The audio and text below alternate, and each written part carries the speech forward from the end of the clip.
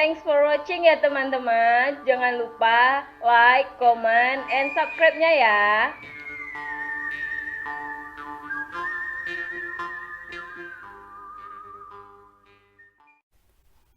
Bismillahirrahmanirrahim. Assalamualaikum warahmatullahi wabarakatuh. Para pelajar sosiologi dimanapun kalian berada, pada pagi hari ini sebagaimana biasa ya, saya akan melanjutkan kuliah daring kita. Materi masih yang kemarin ya, tentang simulasi ya, atau simulakra. Jadi ada 3 konsep paling tidak kemarin kita bahas ya, tentang realitas, hiperrealitas, kemudian simulakra atau simulasi.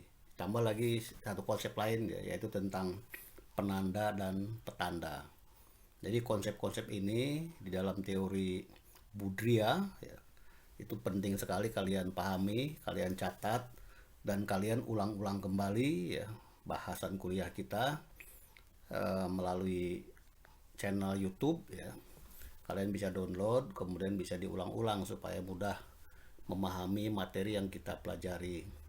Sengaja saya buat durasi pendek-pendek supaya kalian mudah mengingat, kemudian bisa menonton dengan waktu yang singkat-singkat, tidak terlalu panjang. Baik, saudara-saudara ya, siapkan alat tulis kalian, kemudian catat mana yang penting, kemudian bisa ditanyakan melalui kelas GC atau di kelas kita nanti kalau sudah normal kembali. Walaupun mungkin kita akan berakhir pada bulan depan ya, tapi materi ini kalian bisa lihat kembali ya, bisa kalian tonton.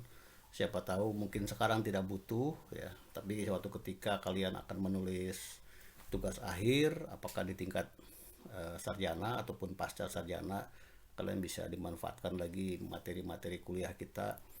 Walaupun kuliah ini mungkin banyak keterbatasan ya, banyak kekurangan, karena apa yang saya paparkan tentunya tidak lengkap karena durasi yang pendek-pendek. Ditambah lagi saya membuat ini hanya mengalir saja apa yang saya ingat ya. Jadi ada beberapa mungkin yang terlewati dari paparan-paparan yang saya sajikan. Baik, saya ulangi lagi ya, bahwa simulasi atau simulakra itu hanya permainan teknologi ya. Jadi kita terjebak dalam beberapa simulasi ya. Jadi realitas itu diciptakan oleh teknologi ya. Seperti apa, sinetron ya, sekarang ini sinetron Korea seperti itu ya. Itu bukan main ya, seolah-olah ada orang yang teraniaya demikian sabar. Atau sinetron-sinetron di Ramadan ini banyak sinetron-sinetron yang berbau keagamaan ya, bahkan ada sinetron yang diulang kembali ya pada tahun-tahun yang lama booming, yaitu sinetron Muslimah, di mana Muslimah itu demikian sabar, kemudian apa namanya, ikhlas ya, dianiaya seperti itu sehingga kita larut dengan emosi-emosi yang kadang-kadang geram seperti itu. Tapi apakah mungkin seperti itu manusia ya? Walaupun dalam agama kita harus sabar, tapi kenyataannya kadang-kadang manusia juga ada emosi ya seperti itu. Itu jadi realitas itu kadang-kadang tidak sesuai dengan kenyataan. Seperti itu ya, iklan-iklan juga seperti itu. Iklan-iklan semuanya menjanjikan itu yang terbaik, itu yang paling hebat. Apa iya seperti itu? Kenyataannya tidak ya. Bahkan kita terjebak dengan iklan-iklan itu sehingga kita membeli barang-barang yang kadang-kadang kurang perlu karena jebakan dari iklan itu ya. Iklan menjebak kita sehingga kita menjadi konsumtif. Itu yang disebut oleh si Baudrillard masyarakat konsumtif ya. Akibatnya manusia terjebak ya pada simulasi seperti ini. Jadi banyak hal-hal yang dulu biasa menjadi luar biasa. Kita nonton film misalnya James Bond ya, film apa, semacam film combat ya, perkelahian segala macam, kebut-kebutan di jalan raya, apalagi di Amerika seperti itu. Di tengah jalan sampai kebut-kebutan, bunyi sirine, tabrak-tabrakan segala macam. Apakah seperti itu? Itu kan tidak mungkin. Sedangkan di Indonesia saja, katakanlah di kota kita, kalau kita kebut-kebutan sudah banyak orang tabrakan ya, kemudian sudah banyak juga orang keributan, apalagi melanggar lampu merah, kebut-kebutan di tengah jalan raya. Itu kan tidak mungkin. Di Indonesia saja tidak mungkin gitu.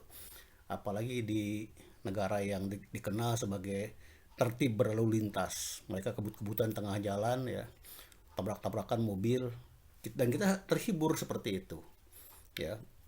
Padahal itu yang namanya hiperrealitas ya. Jadi tidak mungkin realitas itu ada dalam dunia nyata gitu.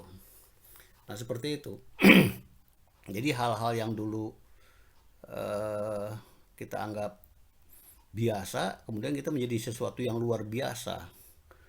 Apapun itu, iklan, semuanya lah.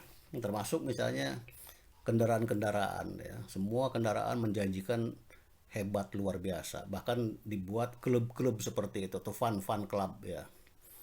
Padahal tidak seperti itu kenyataannya gitu. Ya, kita terjebak oleh si dunia simulasi. Kita sepeda motor Vespa itu diciptakan oleh Piaggio dari Italia untuk berkendaraan ya. Tapi karena kita hobi Vespa, maka buatlah komunitas Vespa ya. Kemudian pernak-perniknya ya. Mobil juga seperti itu. Ya, ada Jimny, ya, ada fans club Jimny ya, sampai kita diskusi sampai segala macam, sampai beli aksesoris ini segala macam ya. Jadi sehingga mobil itu bukan lagi alat alat alat transportasi. Jadi hobi ya. Hobi yang dibungkus dengan permainan-permainan simulasi seperti itu. Karena kenapa? Karena ada iklan ya. Iklan-iklan. Kemudian ada tambah lagi ada sosial media. Sama juga dengan olahraga. Olahraga itu ya misalnya Liga Italia. Ya, Liga Italia itu kan sebetulnya hanya perkumpulan pemain bola ya, klub-klub bola di Italia. Tapi karena kita gemar dengan Inter Milan, kita bikin fan clubsnya ya, nonton bareng ya, melebihi sesuatu yang luar biasa. Padahal olahraga ya olahraga saja, tapi roh dari olahraga itu semakin hilang ya. Tapi dibungkus dengan pernak-pernik yang di luar, bukan yang di luar unsur keolahragaan ya. Sampai bajunya kita beli, kita koleksi, sampai di mana-mana di kaki lima dijual baju itu, kemudian kita pakai nonton bareng segala macam, sampai ada taruhan segala macam. Jadi itu yang namanya hiperrealitas ya, dunia dunia simulasi ya, dunia yang beyond ya, beyond dari kebiasaan kita, karena adanya teknologi tadi sehingga orang menjadi konsumtif ya, menjadi konsumtif. Kita nonton barang, kita siapkan segala macam barang-barang, segala macam makanan, segala macam, padahal kita kalau nonton ya nonton biasa, nonton saja biasa gitu. Ini yang dikritik oleh si Baudrillard ya, tentang dunia simulasi. Jadi kita menjadi hebat ya, menjadi eksis kalau kita ikut seperti itu ya.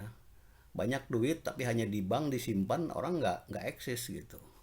Kalian kalau eksis kalau misalnya pakai HP-nya bagus, kemudian pakai dandanannya modis ya, cocok dengan dunia kini. Padahal saudara atau kalian itu nggak cocok, atau bukan nggak cocok ya, mungkin belum belum pantas, bahkan memaksakan diri ya, memaksakan diri untuk tampil keren ya. Padahal sebetulnya tidak seperti itu realitasnya ya. Kita bukan main lagu-lagu barat segala macam, padahal kita bahasa Inggris aja masih belepotan gitu. Nah, ini yang disebut oleh Baudrillard seperti itu ya, karena media massa demikian masif ya. Media massa dulu hanya media massa mainstream, hanya TV ya, radio. Sekarang udah dengan internet apa yang nggak bisa gitu ya. Dengan internet semua menggeser hal-hal yang dulu tradisional ya, menjadi yang luar biasa sekarang ya. Semuanya ada di internet, itu apapun ya, di internet ada, buku ada, tontonan ada, film ada, lagu ada, majalah ada, hiburan ada, semua ada. Jadi ini yang menjebak kita ke dalam situasi yang mudah kita menjadi terbujuk ya, seduction ya. Jadi citra melebihi produk ya. Jadi kita kalau pakai parfum Axe misalnya, rasanya timbul percaya diri ya. Seolah-olah tanpa Axe iklan itu, tanpa iklan Axe kita tidak, tanpa memakai Axe kita tidak maco gitu. Ini dia yang membawa pada hal-hal yang seperti itu kayaknya ya. Oke, saya kira itu yang kalian pahami dalam situasi seperti sekarang, misalnya tentang virus corona ya. Padahal mungkin corona seperti biasa-biasa saja, seperti virus-virus yang lain. Tapi kita bukan bukan main ketakutannya luar biasa ya, karena memang disuguhi dengan berita-berita ya yang yang kadang-kadang di luar konteks kita ya, tidak benar juga. Itulah yang hoax ya. Jadi sesuatu yang sebetulnya penyakit biasa dibungkus demikian rupa sehingga kita ketakutan yang luar biasa. Ya, seperti itu. Jadi ini yang paling penting ya dipahami dalam teori Baudrillard ya. Ruang publik jadi hilang ya, ruang publik jadi hilang ya. Ruang privat menjadi publik ya, tidak rahasia lagi ya sekarang nih. Keintiman individu menjadi hilang ya, karena adanya media massa ya, sosial media seperti itu, ada SMS, WA dan lain-lain. Jadi terciptanya nomophobia ya, no mobil phone phobia gitu. Kita lebih lebih cemas ya, nggak punya HP ya, tanpa HP kita nggak ada segala-galanya. Kita lebih cemas tanpa kuota ketimbang kita eh, nggak punya buku gitu. Itu yang saya kritik kadang-kadang di dalam kuliah ya. Jadi ini yang paling penting ya kalian pahami dalam teori Baudrillard ya. Jadi kita hanya bermain simulasi ya. Bermain simulasi ya seperti eh, dulu ketika P4 ya. P4 itu ketika saya mungkin zaman zaman sekarang nggak ada lagi P4. Kita sering bermain simulasi ya, menjadi Pak Lurah, menjadi Bu Lurah, menjadi Pak RT ya, menjadi tukang koperasi dan lain-lain. Kita bermain peran seperti itu. Kenyataannya kadang nggak seperti itu juga prakteknya ya, tapi kita mencoba memerankan seperti itu. Kita hampir mirip dengan teori dramaturgi juga di sini ya, kita bagaimana tampil ya, tampil sesuai dengan tuntutan publik, padahal kita tidak seperti itu ya. Jadi itulah dunia simulasi ya, yang perlu kalian pahami dalam memahami teori Baudrillard. Baik, saya kira itu saja ya. Nanti kita teruskan lagi karena ini sebetulnya materi-materi posmo, tapi tidak ada salahnya nih karena ada permintaan dari kalian ya untuk membahas ini. Mungkin karena kalian akan membahas untuk tugas akhir ya. Baik, mudah-mudahan ada manfaatnya. Ya, terima kasih. Ini hanya ulasan secara umum ya. Saya tidak detail bagaimana proses-proses dan termasuk kritikan-kritikan apa kelemahan dari teori ini. Baik, terima kasih. Kapan-kapan kita ketemu lagi dalam bahasa yang lain ya. Kalau ada permintaan sepanjang saya akan coba menjelaskan ya terkait dengan sosiologi tentunya. Terima kasih. Assalamualaikum warahmatullahi wabarakatuh.